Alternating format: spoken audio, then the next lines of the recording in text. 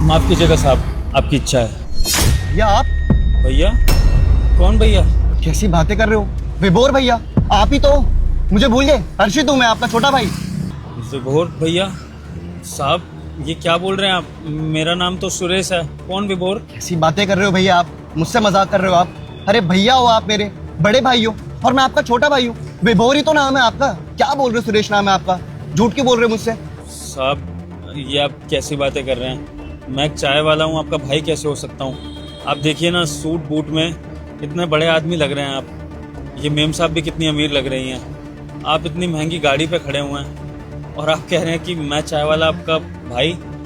आपको कोई गलतफहमी हो गई है। वो आपने सुना होगा ना, एक शक्लों के भी कई लोग होते हैं, तो शायद आपके भाई से मेरी शक्ल मिलती होगी, यही बात होगी साहब। नहीं नहीं भैया, आप मेरे भाई हो, बड़े भाई हो आप मेरे।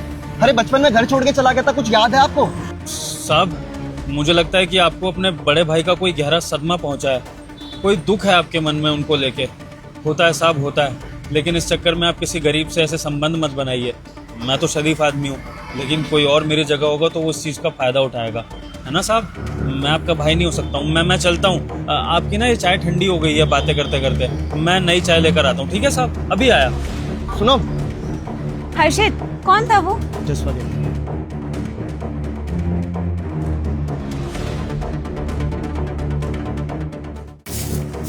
भगवान सुनो, आज मैं अपने छोटे से मिला। का? हाँ, अपने हर्षित्वा से मिला मैं। बहुत सुंदर लग रहा था, बहुत प्यारा लग रहा था। आप सच कह रहे हैं ना? हाँ हाँ सच कह रहा हूँ। जहाँ अपनी चाय की टपरी लगाता हूँ ना, वहीं खड़ा मिल गया। मैं तो कोई साहब समझ के चाय देने के लिए जा रहा था, तो जैसे उससे टकराया तो देखा कि अपना छोटा सामने खड़ा है, और उसको देखकर मैं इतना खुश हुआ, इतना खुश हुआ, पूछो मत भगवान। मेरे तो होश ही उड़ गया उसको देख के। सोचा नहीं था कि उससे ऐसे मुलाकात हो जाएगी। आप तो मिलेंगे, क्या बात हुई उससे? भगवान, मैंने तो छोटे को पहचानने से इनकार कर दिया। हालांकि छोटे ने मुझे पहचान लिया था, उसने मेरा नाम भी लिया। उसको मैंने बोल दिया कि उसको कोई गलतफहमी हुई है, उसको कोई छलावा हुआ है, कोई भ्रम हुआ है, जो वो मुझे अपना बड़ा भाई समझ रहा है। मैं उसका बड़ा भाई नहीं हूँ। और मैं तुरंत ही वहां से ठंडी चाय का बहाना देकर अब भाग आया। अरे आप ऐसा काहे किए? अरे बरसों बाद हमारा छुटका मिला था और उससे आप पहचानने से इनकार कर दिए। करना पड़ा भगवान, अपने छोटे की भलाई के लिए। पता है, वो महंगी सी शर्ट पहने हुए था, सोने की चेन थी उसके गले में, और पैंट, बड़े बड़े बूट थे जो साहब लोग पहनते हैं, और उसके साथ में एक मेम साहब भी थी जो बहुत अमीर सी लग रही थी। क्या पता उसकी कोई दोस्त हो या उसकी मंगेतर हो, मतलब उसने पसंद कर रखी हो। और उसके पीछे एक गाड़ी भी थी, वो भी अपने छोटे ने खरीद ली होगी। तो मुझे लगा कि जब अपना छोटा इतना बड़ा आदमी बन चुका है, बड़े लोगों में उसका उठना बैठना हो गया है, तो अगर मुझ चाय वाले को वो वहां पर पहचानेगा और 4 लोग उसको देख लेंगे तो उसकी बदनामी होगी। इसलिए अपने छोटे की इज्जत की खातिर मैं वहां से भाग चला आया। मुझे नहीं पता कि मैंने सही किया है गलत, पर मुझे जो अपने छोटे के लिए ठीक लगा मैंने वो कर दिया भगवान। अब हमारा छोटा इतना बड़ा आदमी बन चुका है, हमें तो इस बात पे खुश होना चाहिए ना। हमें तो उसकी तरक्की चाहिए थी ना जीवन में। वो हमसे मिले ना मिले, इससे क्या फर्क पड़ता है? बस हमारा छोटा खुश रहे और ऐसे ही तरक्की करता रहे, इसी में हमारी खुशी है, समझी? लेकिन मैं बिल्कुल भी खुश नहीं हूँ भैया। भाभी, अरे आप दोनों के बिना मैं बड़ा आदमी तो क्या, कुछ भी नहीं हूँ। छोटे? अरे छोटे, तुम कैसे हो? भाभी नमस्ते। भाभी, ये अच्छी बात है भैया की, आप समझाते क्यों नहीं इनको? बताओ ना कि मैं आपका बेटे जैसा हूँ, छोटा भाई हूँ आपका। छोटे, ऐसी बात नहीं है। हम दोनों उससे बहुत प्यार करते हैं, लेकिन हमारी कुछ मजबूरी थी, इसलिए हमने तुम्हें सच नहीं बताया।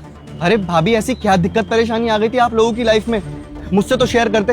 अरे आप लोगों ने मुझे इतना पराया कर दिया था क्या कि मुझसे अपनी कोई भी बात नहीं बता सकते थे आप?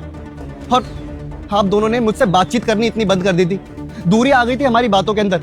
कभी साल 1.5 साल में भैया फोन करते थे, और उसमें भी सिर्फ 5 मिनट बात करते थे। भैया, अब आप चुप ही खड़े रहोगे? कुछ बताओगे मुझे? बोलो ना। मानता हूँ छोटे, मैंने तुझे वहां पर ना पहचान कर गलती करी है, लेकिन छोटे के मैंने सब कुछ तेरी भलाई के लिए किया। मैं नहीं चाहता कि हम लोगों के सामने आए। मैं नहीं चाहता कि तू अब इतना बड़ा आदमी बन गया है तो लोगों को ये पता चले कि तेरे से हमारा कोई संबंध है। और वो इसलिए छोटे क्योंकि जब तू 9-10 साल का था ना, और माँ बाप का साया सिर से हट गया था, मैं अपनी भरी जवानी में ये सोच रहा था कि कैसे अपना पेट पालूं और कैसे अपने छोटे की जिंदगी संवारूं। तो बस इसी कश्मकश में मेरे दिन गुजर रहे थे। तभी फिर ताऊ जी आगे से आए और ताऊ जी ने कहा कि वो तेरी जिम्मेदारी उठा लेंगे, तुझे पढ़ाएंगे लिखाएंगे अपने बेटों के साथ।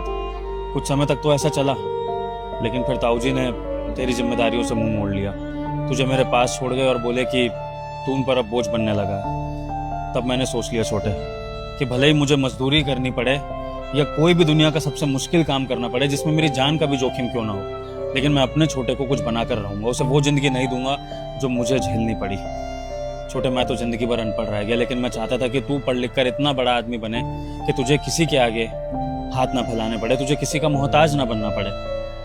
तो बस तेरा बोर्डिंग स्कूल में एडमिशन करा दिया, उसके बाद तेरे स्कूल का सारा खर्चा निकालते रहे किसी ना किसी तरह। फिर शादी हो गई मेरी तेरी भाभी से, तब भी मैंने खर्चों का जैसे तैसे हिसाब किताब किया। तेरी भाभी के भी थोड़े खर्चे थे, इस घर को भी चलाना था, तेरी पढ़ाई लिखाई और देखनी थी आगे। फिर तेरे कॉलेज का खर्चा उठाया। फिर उसके बाद जब तेरी नौकरी लग गई तो मैंने सोचा कि तू शहर में जहां पर भी है तू वहीं रहे। और जब भी तू मिलने की बात करता था ना छोटे, तो मैं बहाने मारता रहता था कि अपना छोटा किसी भी तरह से ना हमारी शक्ल देखे ही ना। तूने आखिरी बार हमारी शक्ल बचपन में देखी होगी, तो मुझे लगा कि धीरे धीरे हमारी छवि तेरे मन में एकदम धुंधली हो जाएगी कि तू सामने से भी मिलकर ना हमें पहचान ही नहीं पाएगा। और हम भी ऐसा ही चाहते थे, क्योंकि दुनिया के आगे तेरे सामने संबंध बना के क्या करे, दुनिया सिर्फ तेरा मजाक बनाएगी। और फिर जब हम तेरे लिए कुछ खास कर नहीं पाए तो किस मुंह से दुनिया को ये बोलेंगे कि हाँ हम तेरे भाई और भाभी हैं। तो बस छोटे, यही कारण था कि वहां पर तेरे को पहचाना नहीं, लेकिन तू है कि यहाँ हमारे पास दौड़ कर चला आया। भैया भैया मुझे माफ कर दो भैया। अरे छोटे, खड़ा हो, इस तरह से पैर क्यों पड़ रहा है, माफी क्यों मांग रहा है, तेरी क्या गलती है इसमें? भैया मेरी तो सारी गलती है। अरे मैं ऐशो आराम में था, पढ़ रहा था, लिख रहा था, कभी इस शहर में पढ़ने जा रहा हूँ, कभी उस शहर में पढ़ने जा रहा हूँ। और भैया आप लोग जिंदगी से लड़ रहे थे, संघर्ष कर रहे थे, किसकी खातिर? मेरे लिए ना, ताकि मैं कुछ बन सकूं। मेरे लिए आप दोनों ने कितने सेक्रीफाइसेस किए हैं। अरे बचपन में तो माँ बाप चले गए थे, बड़े होके जब होश संभाला तो सिर्फ आप दोनों की शक्ल देखी। आप ही मेरे भैया भाभी, आप ही मेरे माँ बाप, आप ही मेरे सब कुछ थे। और बीच में जब आप दोनों मुझे छोड़कर चले गए थे, कुछ अता पता नहीं था, तो मैं क्या करता भैया? मैं तो बहुत परेशान हो गया था। और आप दोनों ने मुझसे इतनी बड़ी बात छुपाई कि आपने मेरे पीछे इतने सेक्रीफाइसेस किए। भैया इस माफी का प्रायश्चित मैं कैसे करूं, मुझे कुछ समझ नहीं आ रहा। बस मैं चाहता हूं कि आप मुझे माफ कर दो दोनों।